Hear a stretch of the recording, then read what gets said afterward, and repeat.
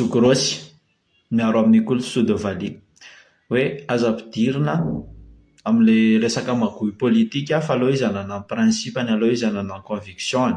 Avela very zareo halala ny tsirony atao hoe fitiavan-tena satria raha ny principany idinana teny an-kianja dia ny hoe mila fanovana rafitra ny olona tonga teo nefa ny tsy nanova rafitra dia izay zavatra izay maharesy lahatra anazy dia raha miteny an'izay ve izahay dia lazaina fa magoy politika izany fa hoe avy alao izy hanana ny principany.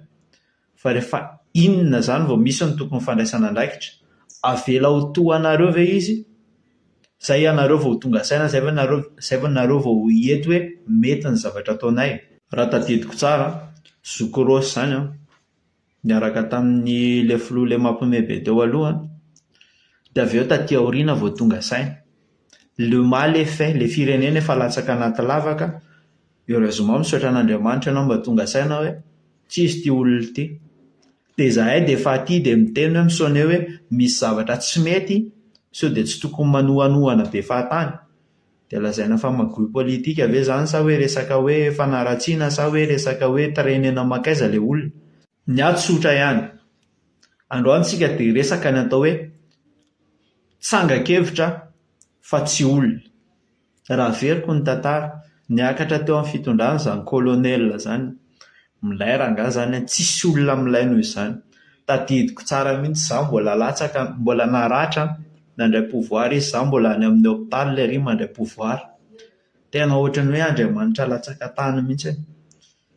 Fa io na Jesosy raha mitondra eo ka manao ny zavatra hoe ohatra hoe tsy manova rafitra, tsy mitaka ny zavatra nitakianay dia asiana kihana. Miala tsiny. Ny zavatra nandrandrainay tamin'ny kolonelina, fanovana rafitra angety namoizanay, nandatsahanay ny rahanay teny an-kianja. Fanovana rafitra no nampahatonga anay naratra, nampahatonga ny olona maty, nampahatonga ny olona tsy niasa, satria mihina mifatany le olona, mihina mifatany ny ankizy, mihina mifatany no avy ny taranaka rehetrarehetra. Dia donc rehefa niza tsy manaraka an'izay na dia mahafinaritra anay amiko aloha, mahafinaritra anahy manokana kolonel, mahafinaritra anahy resaka maha-olombelona, fa ny anahy dia mazava fanovana rafitra ny takianay, ny ampandrosan'ny firenena, ny ankoatran'izay tsisy, tsaky jery ninona ankoatran'izay. Ka izaho miteny ho an'ilay tanora kely miaraka manao politika aminay, principe aloha, raha tsy manana principe tsika dia vidiana amin'ny koveta daholo ny taranantsika sy ny havantsika rehetrarehetra. Raha tsy manana principe tsika hoe raha tsy misy olona mampandroso eo tsy miaraka aminy tovy ihany. Andeha hiverina grevy indray ve tsika afaka 10 taona? Izaho tsy manentana an'ilay olona andeha hidana ho eny an-kianja. Aloha hazava ilay resaka. Tsy mbola nanentana ny olona hidana teny an-kianja, fa io kosa nefa misy limitiny. Raha mbola mitoy ny fanaovana tsinotsinona ary manao be marenina ireo mpanao politika ireo, indrindra fa ilay olona manao menasy, ilay olona manao menasy amin'ny Facebook ireny, dia tsy maintsy ho tonga fitrorana foana ihany ny vahoaka satria izay zavatra izay tena tsy tokony ho tolerena. Raha démocratie, liberté d'expression, mba jerevina any andafy. Iza zao ilay teo alohaloha teo mitrotrotra be daholo ny influenceur hoe tatavy ilay olona nanao an'ity, tena tsy rariny kosa. Ie, tena tsy rariny ireny. Liberté d'expression misy limitiny. Kanefa raha mbola tsy zakantsika ny manao hoe resaka sary raha dia mampitrotrotra be dia mbola tsy tokony ho demokrasia isika. Ary izay ilay rafitra tiana hovaina izay.